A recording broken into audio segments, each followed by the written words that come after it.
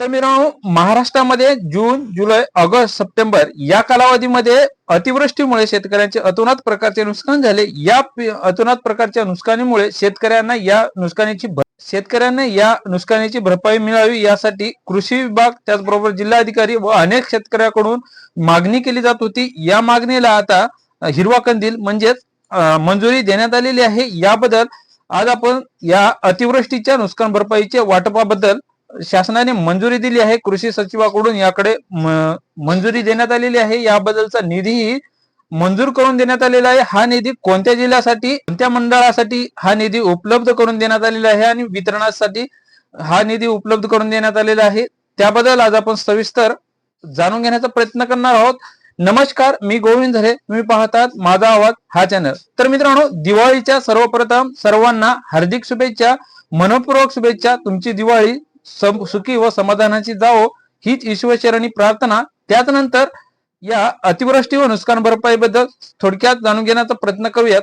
महाराष्ट्रातील अतिवृष्टी नुकसान भरपाई वितरणातील महत्वाचा अपडेट आज आपण पाहणार आहोत. अतिवृष्टी नुकसान भरपाई ऑगस्ट, सप्टेंबर आणि ऑक्टोबर महिन्यातील अतिवृष्टीमुळे महाराष्ट्रातील अनेक जिल्ह्यांमध्ये मोठ्या प्रमाणावर शेतीचे नुकसान झाले. या पिकांच्या नुकसानीमुळे शेतकऱ्यांना नुकसान भरपाईसाठी मोठ्या प्रमाणावर मागणी केली जात आहे. मात्र नुकसानीचे सर्वेक्षण, पंचनामे आणि अहवाल प्रक्रियेमध्ये झालेल्या विलंबामुळे ही नुकसान भरपाई देण्याबाबत शासंकता निर्माण झाली आहे. त्याचबरोबर आचारसंहितेमुळे नुकसान भरपाई वितरणात अडथळा आला. नुकसान भरपाई अहवाल तयार करण्याच्या कालावधीत राज्यात निवडणूक आचारसंहिता लागू झाल्यामुळे नुकसान भरपाई वितरणास विलंब झाला. त्यानंतर ही नुकसान भरपाई वितरण होईल का, अशा विविध सारे प्रश्न शेतकऱ्यांना निर्माण झाले आणि यावर प्रश्नचिन्ह निर्माण झाले आणि शेतकऱ्यांना ही आचारसंहितेमध्ये ही नुकसान भरपाई वितरित होईल का असे प्रश्न निर्माण झाले होते. असे प्रश्नचिन्ह यापूर्वीही निर्माण झाले होते. त्यामध्ये 2019 मध्येही अशी परिस्थिती निर्माण झाली होती. त्यावेळी राज्यपालांच्या शिफारशीनुसार निवडणूक आयोगांच्या मंजुरीनंतर शेतकऱ्यांना नुकसान भरपाई वितरित करण्यात आली होती. अशी परिस्थिती निर्माण झाल्यानंतर ही वितरणाची प्रक्रिया होऊ शकते. याच आशेवर आता परभणी, लातूर, बीड जिल्ह्यासाठी मोठ्या प्रमाणावर निधी मंजूर करून देण्यात आलेला आहे. त्यामध्ये परभणी जिल्ह्यासाठी 550 कोटी रुपयांचा निधी, लातूर जिल्ह्यासाठी 350 कोटी रुपयांचा निधी नुकसान भरपाईसाठी मंजूर करून देण्यात आलेला आहे. तसेच बीड जिल्ह्यासाठी 50 कोटी रुपयांचा निधी मंजूर करून देण्यात आलेला आहे. या व्यतिरिक्त नांदेड व इतर जिल्ह्यांचाही समावेश यामध्ये करण्यात आलेला आहे. त्यानंतर हिंगोली, धाराशिव, छत्रपती संभाजीनगर आणि विदर्भातील काही जिल्ह्यांसाठीही प्रस्तावित निधींच्या मंजुरीची प्रतीक्षा आहे.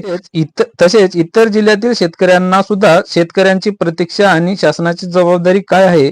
सध्या नाशिक विभागातील तसेच विदर्भ आणि मराठवाड्यातील अनेक जिल्ह्यातील शेतकऱ्यांना या नुकसान भरपाईच्या वितरणाची प्रतीक्षा लागलेली आहे. शासनाने या संबंधित जिल्हाधिकारी किंवा जिल्ह्यासाठी प्रस्ताव पाठवलेले असून ते मंजूर देखील झालेले आहेत. यासाठीची प्रतीक्षा आता शेतकऱ्यांना लागलेली आहे की तो नुकसान भरपाई कधी वितरित होणार. आणि महाराष्ट्रातील जवळपास बऱ्याच साऱ्या जिल्ह्यांचे प्रश्न या अतिवृष्टी नुकसान भरपाईसाठी निर्माण झालेला आहे. त्यामध्ये महाराष्ट्रातील अतिवृष्टी नुकसान भरपाईसाठी 3000 कोटी रुपयांचा प्रस्ताव मंजूर करून देण्यात आलेला आहे. त्यामध्ये 15 जिल्ह्यांचा समावेश आहे. त्यामध्ये 15 जिल्ह्यातील 19 लाख हेक्टरवरील शेती पिकांचे अतिवृष्टीमुळे बाधित झालेले आहे. त्यासाठी नुकसान भरपाईची मंजुरी करून देण्यात आलेली आहे. जी 15 जिल्हे अतिवृष्टीमुळे ऑगस्ट, सप्टेंबर आणि ऑक्टोबर महिन्यामध्ये महाराष्ट्रातील सुमारे 15 जिल्ह्यातील 19 लाख हेक्टरवरील क्षेत्र बाधित झालेले होते. याच माध्यमातून जिल्हाधिकारी ऑक्टोबरच्या पहिल्या आठवड्यात मोठ्या प्रमाणावर नुकसान भरपाईचे प्रस्ताव विभागीय आयुक्तामार्फत सचिवाकडे पाठवले होते. परंतु याच वेळी निवडणूक आचारसंहिता लागू झाल्यामुळे हा प्रस्ताव मंजूर प्रक्रियेवर परिणाम झाला होता. याच नंतर यांचे प्रस्ताव मंजूर करून देण्यात आलेले आहे. ही मंजुरी दिल्यानंतर आचारसंहितेचा अडथळा आणि मुख्य सचिवांचे पुढाकार, राज्यांच्या मुख्य सचिवांची नुकसानीचे प्रस्ताव त्वरित मंजूर करून निवडणूक आयोगांची परवानगी घेण्यासाठी ठरवले आहेत आणि तो परवानगी घेण्यासाठी तो प्रपत्र त्यांच्याकडे पाठवण्यात आलेले आहे निवडणूक आयोगाकडे. यापूर्वी 7 जिल्ह्यासाठी 997 कोटी रुपयांचा निधी मंजूर झालेला आहे. मात्र जून, जुलै आणि ऑगस्ट महिन्यासाठी 237 कोटी रुपयांचा निधी, नुकसान भरपाईचा निधी देखील मंजूर करून देण्यात आलेला आहे. या व्यतिरिक्त आता सुमारे 2200 ते 2300 कोटी रुपयांचे नवीन प्रस्ताव सादर करण्यात आलेले आहेत.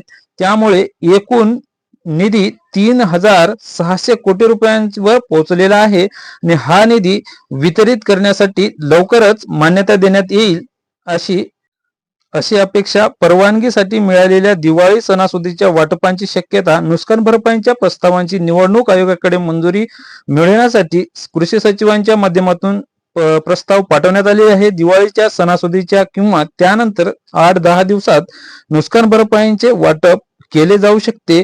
त्यामुळे शेतकऱ्यांना मोठा दिलासा मिळण्याची अपेक्षा शेतकऱ्यांमध्ये निर्माण झालेली आहे. त्याचबरोबर सचिवाकडून ही मंजुरी निवडणूक आयोगाकडे प्रस्ताव पाठवण्यात आलेला आहे आणि केव्हा तो मंजूर करण्यात देण्यात येईल याबद्दल बऱ्याच साऱ्या शेतकऱ्यांच्या मनात प्रश्न निर्माण झालेले आहे. त्यांना अपेक्षा लागलेली आहे की या सणासुदीच्या काळामध्ये हा जर निधी वितरित करण्यास किंवा बँक खात्यामध्ये जर आला तर हा सणासुदीचा सण आपल्यासाठी अतिशय आनंदाने साजरा करता येईल अशी अपेक्षा प्रत्येक शेतकऱ्यांच्या मनामध्ये निर्माण झालेली आहे. अतिवृष्टी नुकसान भरपाई वाटपाबद्दल ही एक महत्वाची अपडेट तुम्हाला मिळालीच असेल. याबद्दलच सविस्तर माहिती देण्याचा प्रयत्न केलेला आहोत.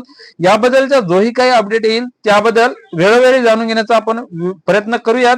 पुन्हा भेटूयात अशाच नवीन माहिती. तोपर्यंत या चॅनलवरती तुम्ही नवीन असाल तर या चॅनल लाईक करा, सबस्क्राईब करा.